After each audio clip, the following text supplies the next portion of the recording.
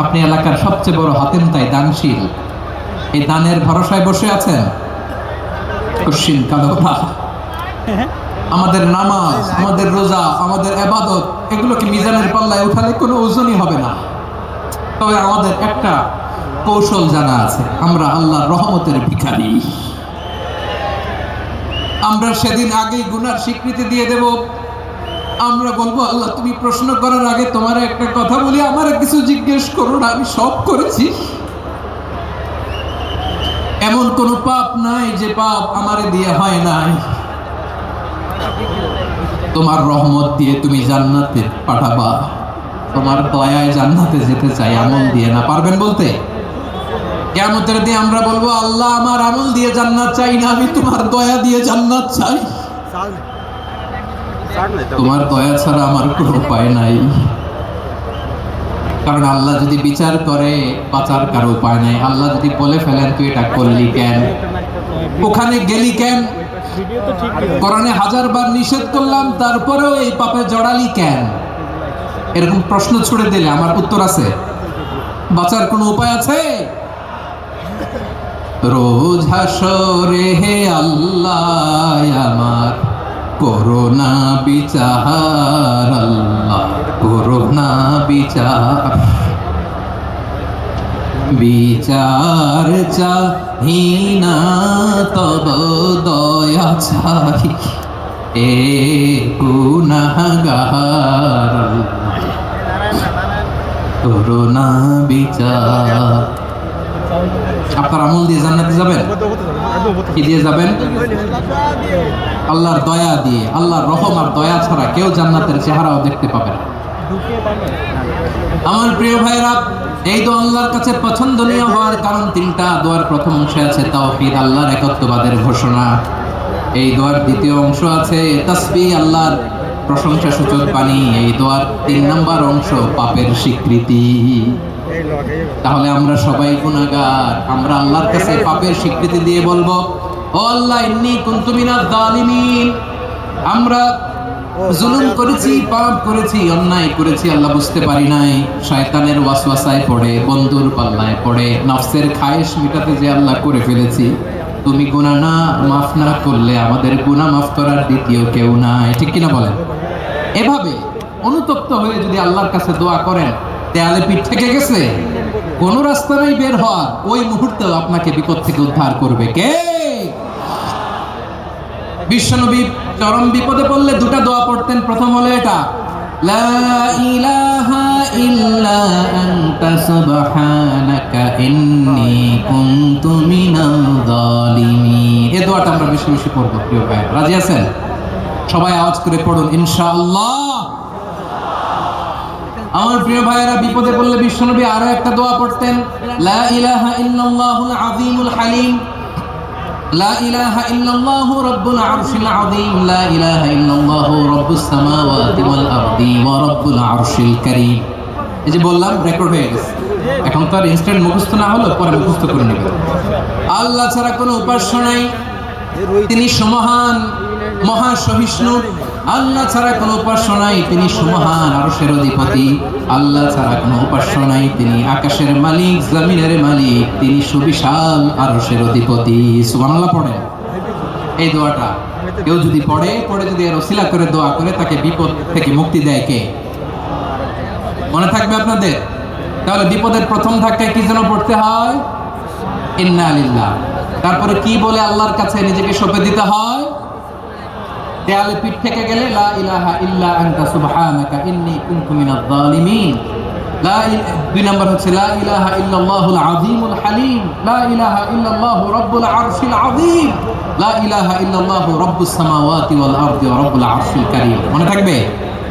ইনশাআল্লাহ বলেন সবাই, আওয়াজ করে সবাই ইনশাআল্লাহ। অনেক সময় এমন হয়, হঠাৎ বিপদের সম্মুখীন হই আমরা, রেডি হয়ে বের হয়েছে অফিসে, হঠাৎ অ্যাক্সিডেন্টে পড়ে যাই, হঠাৎ পেটের ব্যথায় অজ্ঞান। এরকম হয় না? আপনাদের হয় না?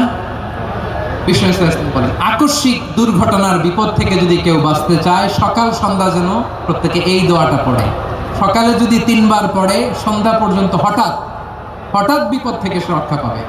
To be protected from sudden calamity, sudden disaster, sudden calamity, হঠাৎ বিপদ, হঠাৎ ভয়ঙ্কর কোন আকস্মিক বিপদ থেকে আল্লাহ বাঁচায় দিবে। সকালে পড়লে সন্ধ্যা পর্যন্ত প্রোটেক্টেড, সন্ধ্যাবেলায় যদি 3 বার পরে সকাল পর্যন্ত প্রোটেক্টেড। সুবহানাল্লাহ পড়ে।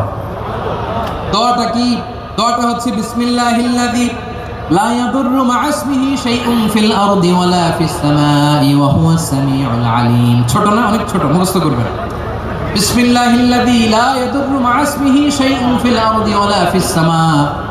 ওই আল্লাহর নাম নিচ্ছি যে আল্লাহর নামের বরকতে আকাশ জমিনের কোনো কিছু কারো কোনো ক্ষতি সাধন করতে পারে না। তিনি সর্বশ্রোতা, সর্বজ্ঞ। সুবহানাল্লাহ পড়েন। পড়বেন এই দোয়াটা, বিসমিল্লাহিল্লাযী লা ইয়াদুররু মা'a ইসমিহি শাইউন ফিল আরদি ওয়ালা ফিস সামাই ওয়া হুয়াস সামিউল আলীম। ফজরের পরে 3 বার, মাগরিবের পরে 3 বার যদি কেউ পড়ে প্রোটেক্টেড, যে কোনো হঠাৎ বিপদ থেকে প্রোটেক্টেড। প্রোটেক্ট করেন কে? ওই আল্লাহর নাম নিচ্ছি যে আল্লাহর নামের ওসিলায় আকাশ জমিনের কোনো কিছু কোনো ক্ষতি করতে পারে না। সুবহানাল্লাহ পড়ে। আচ্ছা, এবার আমাদের জীবনে দুশ্চিন্তা আছে না নাই বলেন? Tension, hyper tension, anxiety, depression, চিন্তা, টেনশন নাই এরকম কে কে আছে দেখি? হাত তোলেন। ওই যে হাত তুলছে আল্লাহর ওলি, ওই যে টেনশন নাই তোমার, মাশাআল্লাহ। ও না বুঝে তুলছে, জোকের চোটে, জোশের ঠেলা ধাক্কায় তুলে ফেলছে। সবার জীবনে টেনশন আছে না নাই?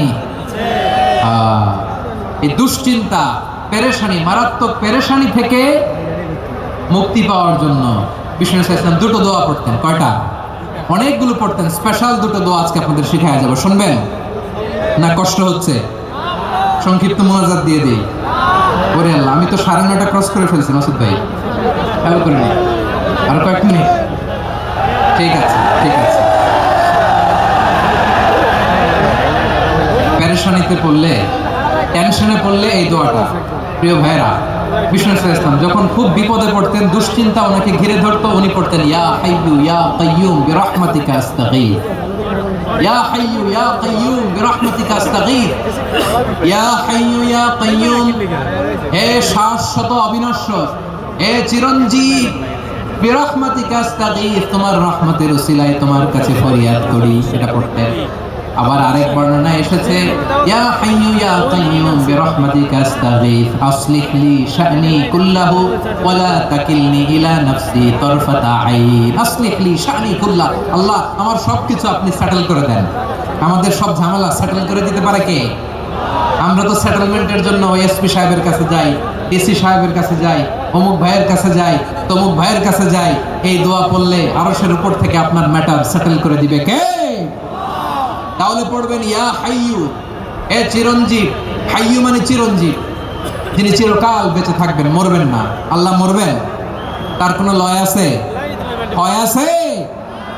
সূরা রহমানে আল্লাহ বললেন কুল্লু মান আলাইহা ফানি ওয়া ইয়াবকা ওয়াজহু রাব্বিকা যুল জালালি ওয়াল ইকরাম ফাবিআইয়ি আলাই রাব্বিকুমা তুকাযিবান। জমিনে যা আছে সব ফান, ভ্যানিশ হয়ে যাবে, নিশ্চিহ্ন হয়ে যাবে, শেষ হয়ে যাবে, সব বিলুপ্ত হয়ে যাবে, একজন ছাড়া। জোরে বলেন তিনি কে? ইয়া হাইয়্যু, আমার সাথে আওয়াজ করে পড়েন ইয়া হাইয়্যু ইয়া কাইয়্যুম ইয়া হাইয়্যু ইয়া কাইয়্যুম বিরহমাতিকা আস্তাগীথ আসলিহ লি শা'নি কুল্লাহু ওয়া লা তাকিলনি ইলা নাফসি তারফাতা আইন। এভাবে দোয়া করলে আপনাকে বিপদ মুক্ত করবে কে? এই দোয়াটা কেন পছন্দ আল্লাহর কাছে? কারণ এখানে আল্লাহর 2টা সুন্দর নাম আছে, গুণবাচক নাম, আল হাই, আল কাইয়্যুম, এই 2টো নাম আছে এখানে। আবার এই 2টা আয়াতুল কুরসির অংশ। আয়াতুল কুরসির শুরুতে এটা আছে না নাই? হ্যাঁ, আছে না নাই? 3 নম্বর কারণ এটা ইসমে আজম। কোন দোয়াটা ইসমে আজম? যে দোয়া ওসিলায় দোয়া করলে আল্লাহ দোয়া ফেরায় না। অনেকগুলো মত আছে, সবচেয়ে ভ্যালিড মত হচ্ছে এটা, ইয়া হাইয়্যু ইয়া কাইয়্যুম, এর ওসিলা দিয়ে দোয়া করলে দোয়া কবুল করে কে? 2 নম্বরে বিশ্বনবী মারাত্মক বিপদে পড়লে আরেকটা দোয়া পড়তেন, আল্লাহুম্মা ইন্নী আবদুক। আগে দোয়াটা পড়ি, শোনেন। আল্লাহুম্মা ইন্নী আবদুক ওয়াবনু আবদিক ওয়াবনু আমাতিক নাসিয়াতি বিয়াদিক মাদিন ফিয়া হুকমুক আদলুন ফিয়া কাদাউক আসআলুকা বিকুল্লি ইসমিন হুয়া লাক সাম্মাইতা বিহি নাফসাক আও আনসালতাহু ফি কিতাবিক আও আল্লামতাহু আহাদান মিন খালকিক আও ইসতা'সারতা বিহি ফি ইলমিল গায়বি ইনদাক আন তাজআলাল কুরআনা রাবিআ কলবি ওয়া নূরা সাদরি ওয়া জালাআ হুজনি ওয়া যাহাবা হাম্মি। সুবহানাল্লাহ পড়েন। বিশ্বনবী বলতেন আল্লাহুম্মা ইন্নী আবদুক, ও আল্লাহ আমি আপনার গোলাম, ওয়াবনু আবদিক গোলামের ঘরের গোলাম, ওয়াবনু আমাতিক বাদির ঘরের গোলাম। মানে আল্লাহ আমি আপনার গোলাম, আমার বাবা আব্দুল্লাহ ছিল আপনার গোলাম, আমার মা আমিনা ছিল আপনার বাদী। মানে আমরা গোলাম বংশের সব গোলাম। নিজের এর চেয়ে আর ছোট করে আল্লাহর কাছে উপস্থাপন করা যায় আমার ভাইয়েরা? কথা কি বুঝতেছেন?